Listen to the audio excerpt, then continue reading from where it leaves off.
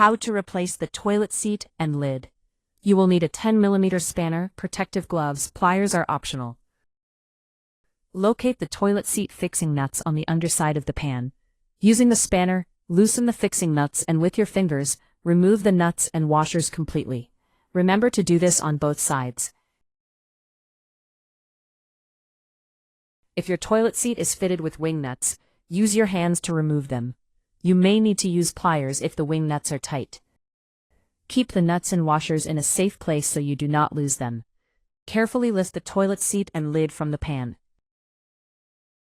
To fit the toilet seat and lid, align the fixing studs with the corresponding holes and lower onto the pan. Fit the washers, nuts, and then tighten.